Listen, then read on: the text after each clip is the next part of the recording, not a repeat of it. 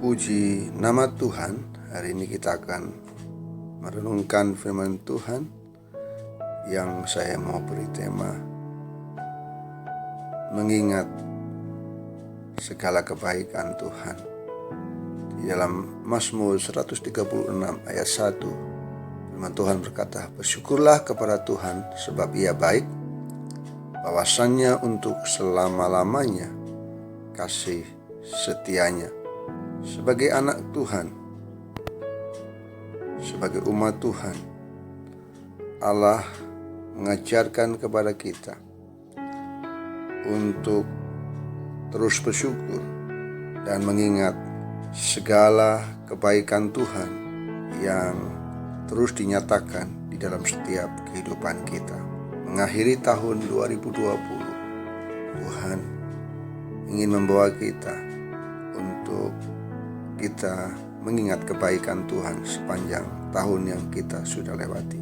Yang pertama, bahwa kebaikan Allah adalah kebaikan yang sempurna, sehingga di dalam dirinya sama sekali tidak terdapat kejahatan dan kepalsuan. Allah adalah baik. Kebaikannya adalah sifat asli Allah yang diberikan secara melimpah kepada umatnya. Karena itu semua yang berasal dari Allah dan semua yang dikerjakan Allah tidak hanya baik, namun pasti merupakan yang terbaik bagi hidup kita. Sebagian besar orang akan dengan gampang menyetujui pernyataan bahwa Allah adalah baik jika kehidupannya lancar dan bahagia. Tapi sebaliknya, jika kehidupan bermasalah dan tidak lancar, tidak jarang orang mempertanyakan, mengapa Allah izinkan ini terjadi? Mengapa hal ini terjadi pada saya? Di manakah kebaikan Allah? Dan pertanyaan-pertanyaan lain yang sejenisnya. Dalam kondisi demikian, firman Allah mengingatkan kita untuk lebih percaya kepada kebenaran firman-Nya daripada situasi yang ada di depan mata. Karena itu waktu kita mengalami hal-hal yang tidak kita inginkan, bahkan ketika doa-doa kita tidak dikabulkan Allah, bukan berarti Allah kita tidak baik. Banyak permintaan kita tidak dikabulkan Allah, karena semuanya itu bukan yang terbaik bagi hidup kita. Percayalah kepada Allah, karena Ia pasti menyediakan yang terbaik bagi hidup kita. Sebagaimana yang dikatakan sebuah syair yang menyatakan bahwa hikmat Allah sangat tinggi, sehingga Ia tidak mungkin berbuat salah. Kebaikan Allah begitu besar sehingga Ia tidak mungkin berbuat jahat. Kebaikan Allah yang kedua adalah ditunjukkan dengan menyertai umatnya dalam segala musim kehidupan kita. Wujud kebaikan terbesar Allah bukanlah kekayaan, kesehatan, kesuksesan, atau bahkan keluarga dan pelayanan yang kita miliki, melainkan pemberian dirinya sendiri untuk menyertai umat manusia dalam menempuh perjalanan di atas bumi ini. Penyertaan Tuhan itu nyata digambarkan di dalam ayat-ayat selanjutnya dalam Mazmur 136 ayat 5-9. Alam semesta menciptakan penyertaan Allah.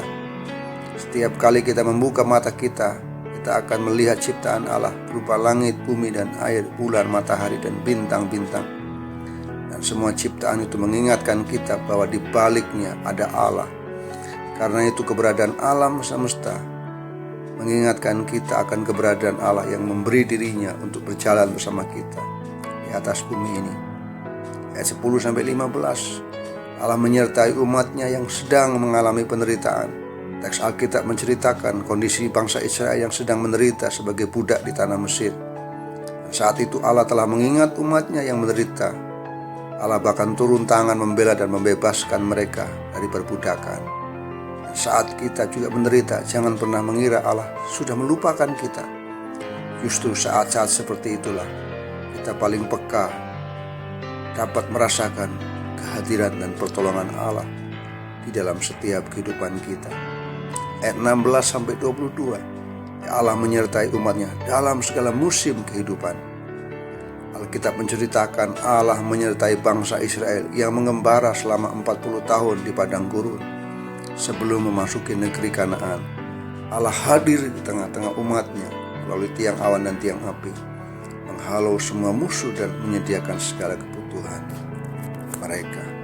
Puncak kebaikan Allah dibuktikan dengan mengutus Yesus Kristus yang baru kita rayakan hari ini, yaitu lewat Natal sampai akhirnya Yesus memberikan hidupnya mati di atas kayu salib.